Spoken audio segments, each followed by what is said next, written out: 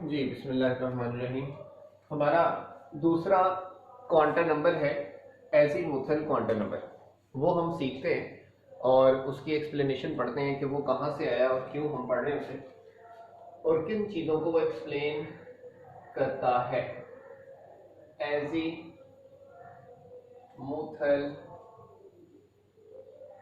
Quantum number.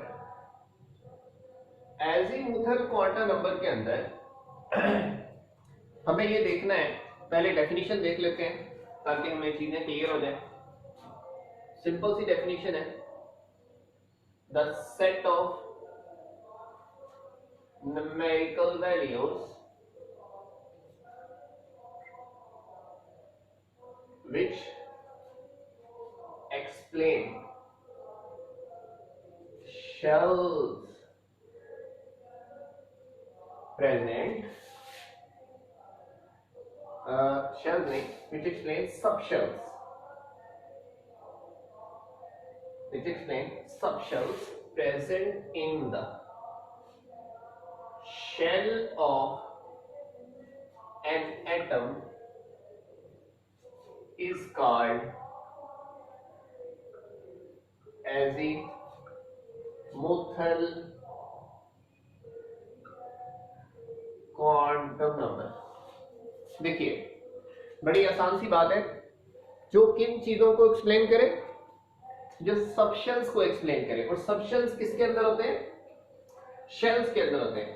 Subshells को explain करने वाला जो शेल्स में होते हैं और शेल भी किसी एटम का, वो न्यूमेरिकल वैल्यूज का सेट क्या कहलाता है? एजीमुथल क्वांटम नंबर कहलाता है। क्लियर हो गया?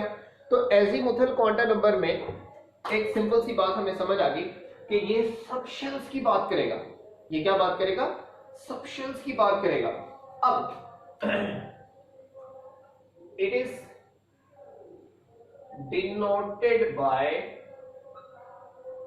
Small L. इसकी डिनोशन किसके साथ है? स्मॉल एल के साथ। ठीक है, पहला क्या था? स्मॉल एन के साथ, और ये क्या है?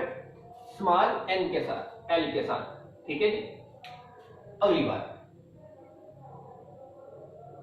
इट एक्सप्लेन द, अब वो जो असल कहानी मैं बता रहा हूं कि ये हमें क्यों जरूरी था, उस second defect of Bohr atomic model. It explain the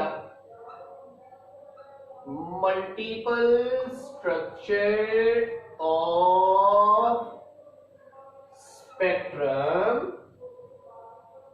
form when spectrum was viewed by high resolving power spectrometer. कि इसने कहा जो आप एक शेल के अंदर जब जूम करके देखते थे उस अपना स्पेक्ट्रम की लाइंस को, हाई रिजॉल्विंग पावर स्पेक्ट्रोमीटर से देखते थे, तो आपको वो एक लाइन आगे डिफरेंट डिफरेंट लाइनों में कन्वर्ट हुई, स्प्लिट हो गई, विजुअलाइज होगी कि कोई बहुत ज्यादा लाइनें इसके अंदर। तो वो जो बहुत ज्यादा लाइनें थी उसे प्रिंसिपल क्वांटम नंबर एक्सप्लेन नहीं कर पाया। तो हमने कहा कि वो प्रिंसिपल क्वांटम नंबर अकेला काफी नहीं है जो इस स्ट्रक्चर को एक्सप्लेन करे। वो स्ट्रक्चर जो था वो क्या था? मल्टीपल स्ट्रक्चर था। तो multiple structure second defect of Bohr atomic model था। उसे हमने कहा था और क्वांटम नंबर चाहिए, ये और क्वांटम नंबर आ गया, that is known as azimuthal quantum number. Clear? तीसरी बात, it's value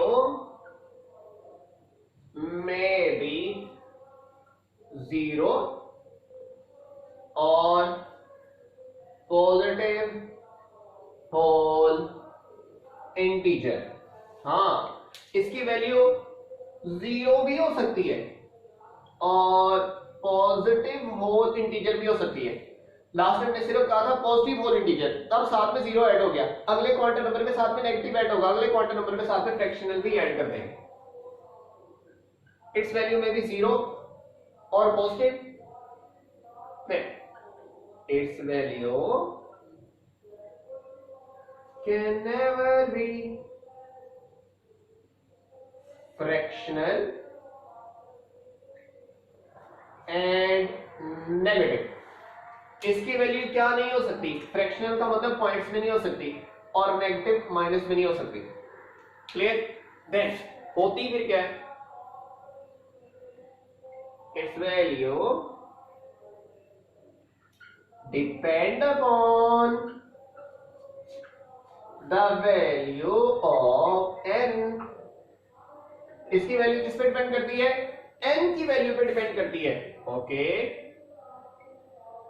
it is equal to one less value than principal quantum number. इसकी वैल्यू प्रिंसिपल क्वांटम नंबर से एक कम होती है, यानी कि it is equal to one less than the value of principal quantum number. ये एक इससे कम होगी। मसलन इसके हमने पहले कह दिया कि ये डिपेंड किस पे करती है, n से। ओके, वो n क्या है, प्रिंसिपल क्वांटम नंबर, और प्रिंसिपल क्वांटम नंबर से वन लेस होती है। वन क्या होती है, लेस होती है। इसका मतलब है l is equal to n minus one, l is equal to n minus one. तो क्या मैं यहां पे ये कह सकता हूं, इसका मतलब ये हुआ कि l is equal to 0 1 2 3 and so on, 0 1 2 3 and so on. Clear हो गया? और लास्ट बात, इट ऑलवेज स्टार्ट फ्रॉम 0। ये हमेशा कहां से स्टार्ट होती है, 0 से स्टार्ट होती है। यानी कि अगर वैल्यू आपके पास 4 आ जाए, 5 आ जाए, 6 आ जाए, कुछ आ जाए, ये वैल्यू 0 से शुरू होनी है। जो प्रिंसिपल क्वांटम नंबर था ना, वो बड़ा शरीफ सा है। अगर वैल्यू 1 आई है तो उसे कह दो फर्स्ट शेल है, ए शेल। 2 आई है तो एल शेल, 3 आई है तो एम शेल। सिंपल। लेकिन इसमें थोड़ी सी पेचीदगी है, वो मैं अभी एक्सप्लेन करूंगा इसके बाद।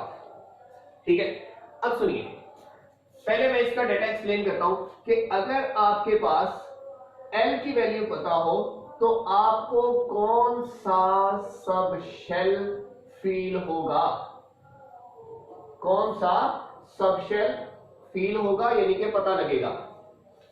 सही है? अगर L की वैल्यू 1 हो, 0, फिर 1 हो, फिर 2 हो, फिर 3 हो, फिर 4 हो, और सो ऑन हो।